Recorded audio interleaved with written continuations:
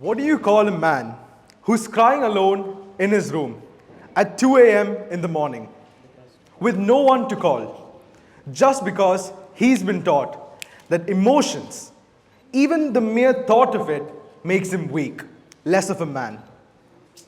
What would you call him? The world might call him just another man. Some people in the crowd might refer to him as a coward. But I would say that he is forgotten. Forgotten not just by society, but rather the systems put in place that failed to catch him when he fell.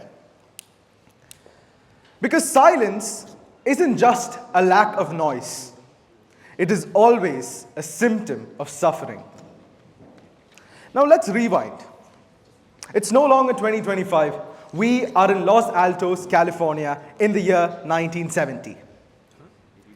We are in a setting where we see two young men wearing crew necks and jeans, working on useless circuits.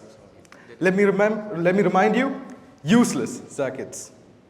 Now, they had no branding, no investors, no fan base, no clear idea, no air conditioning, and definitely no budget.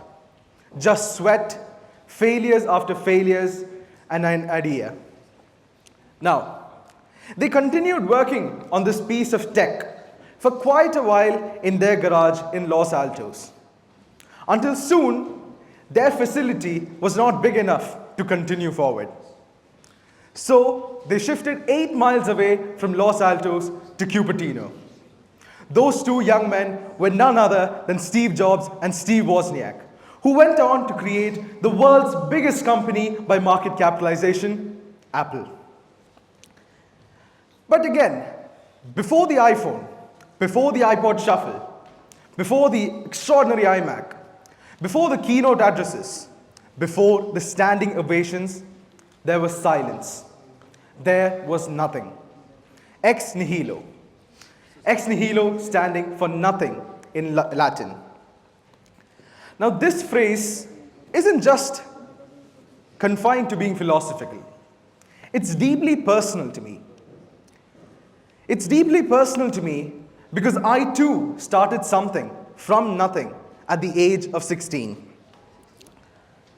I started from nothing, from grief, from pain, and to be much more precise, standing in the parking lot outside a crematorium in Abu Dhabi. Now, this man, he was not family by bond, but rather, he was not family by blood, rather by bond. He was a young man full of promise, dreams, laughter, goals, a mission, and also unspoken pain. We were the best of family friends, and we would talk every day, and we'd go out every other weekend. Until one day, communication ceased. He stopped talking to us.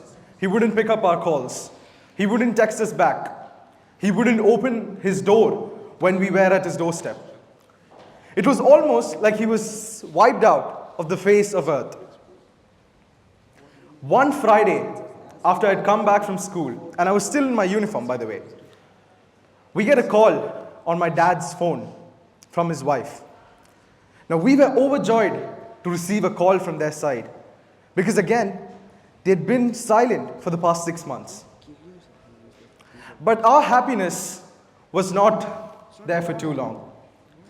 We picked up the call, and she said, "He's lying cold, and he's not breathing. Please help us." My dad, upon hearing this, rushed over to where they lived across the park we were in, only to see his best friend lie cold, dead. He had passed away in his sleep. Now, all the formalities were done. The funeral had taken place. The remains were taken from here to India.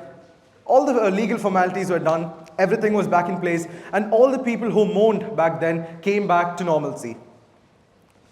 But again, there was this one note that the doctors wrote, which left me thinking The doctors wrote in a report that the cause of death was natural. To be very exact about what was written, it said a natural death caused by cardiac arrest.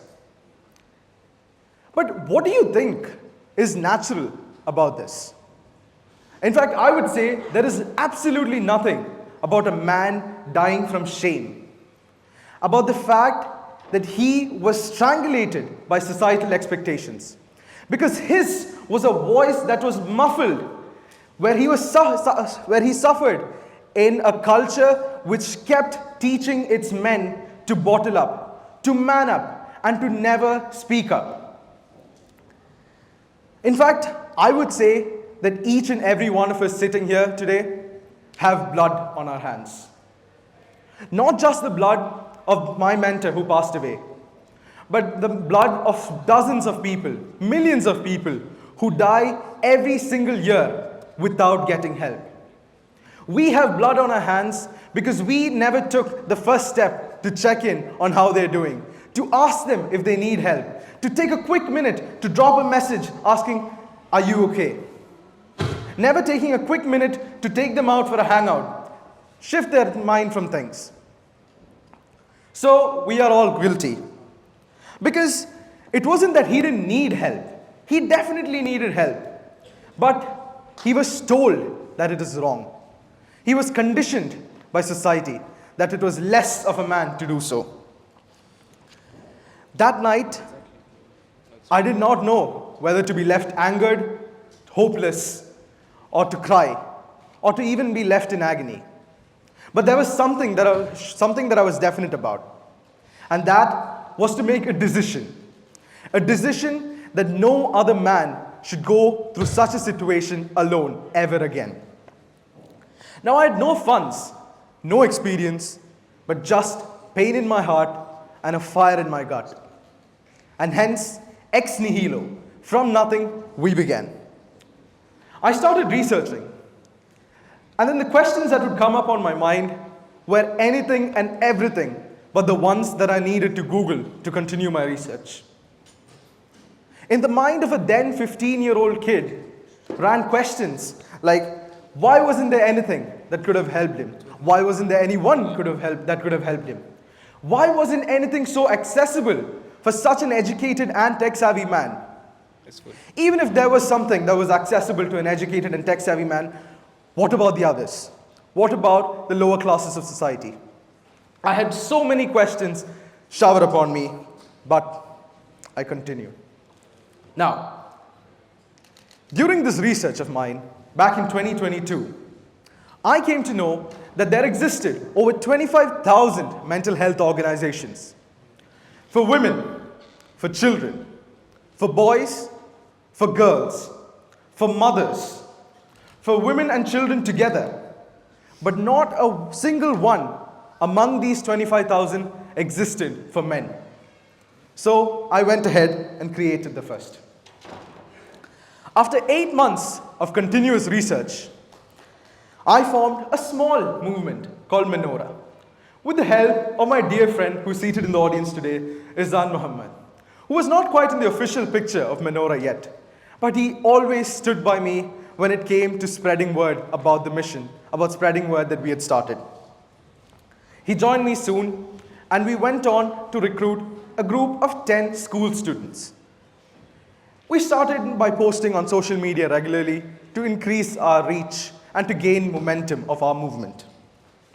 Again, let me remind you, we had no investors, no funding, no fan base, just a domain, a brand, an app that was being built, and a very dear watch of mine that I had to sell to pay for the final installment of my app.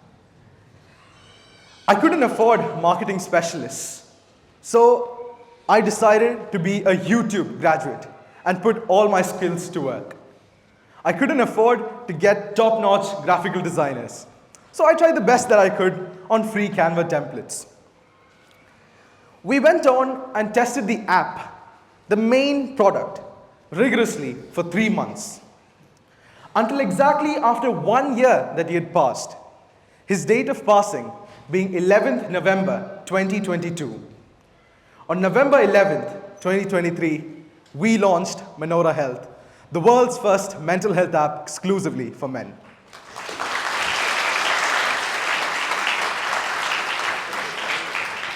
And it wasn't easy. Let's be honest.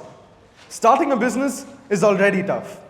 Starting one at the age of 16, while battling academics, exams, tight schedules, co-curriculars, and my social life, that was definitely something else.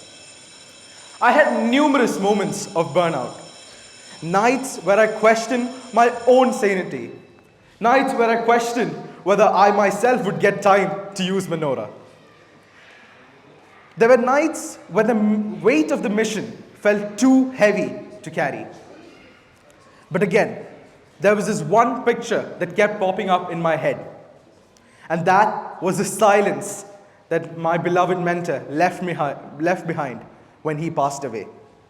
And I couldn't let that silence win over me. And so I got back on my feet. We started with nothing.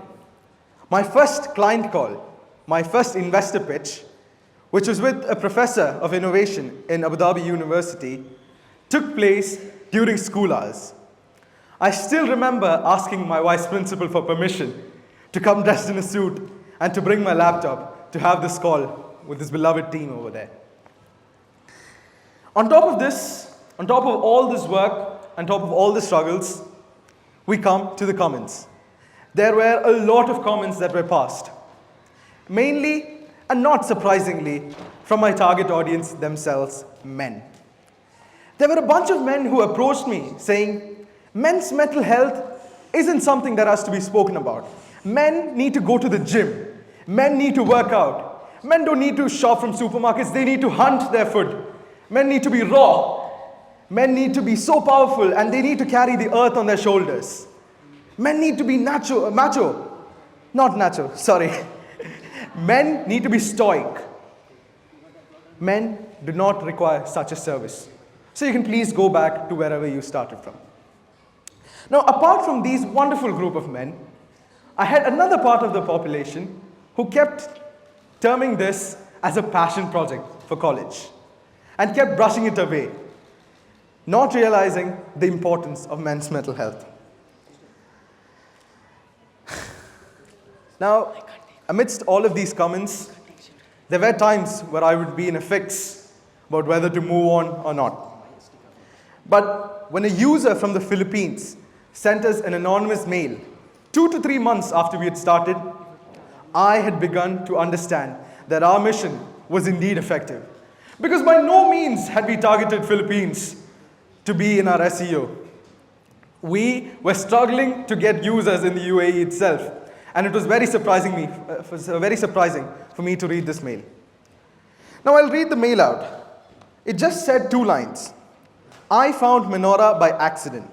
It saved my life. Regards, X, from the Philippines.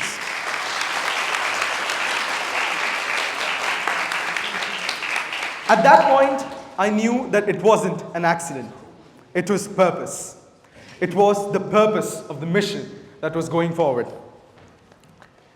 To everyone here looking to grow ex nihilo, let me tell you something.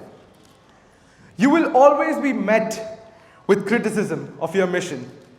Because so miraculously so, most of the people around us tend to have a lot more criticism to share than knowledge that could do you better. Apart from that, your ways and your techniques will always be subject to ill talk.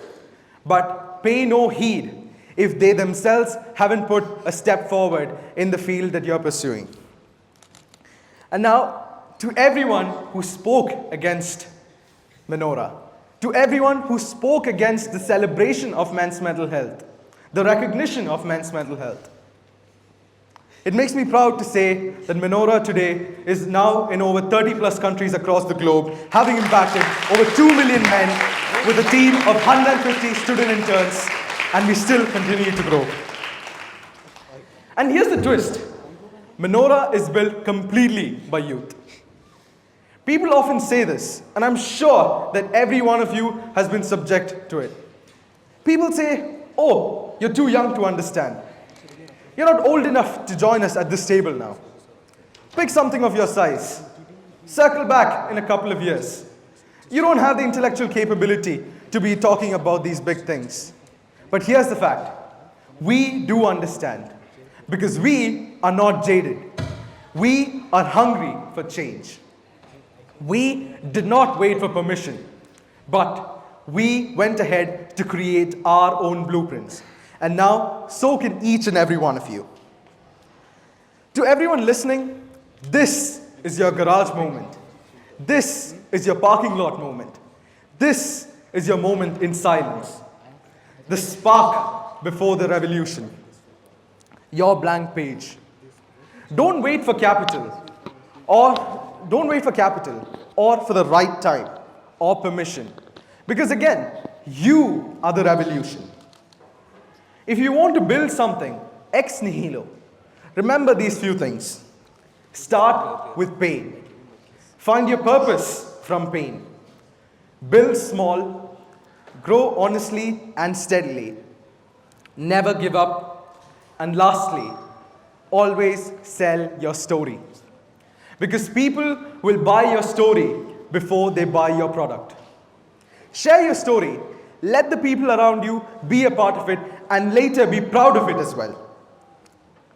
Now this talk isn't about courage, about building businesses, about saying who I am or what I've done. It's about taking the first step, ex nihilo.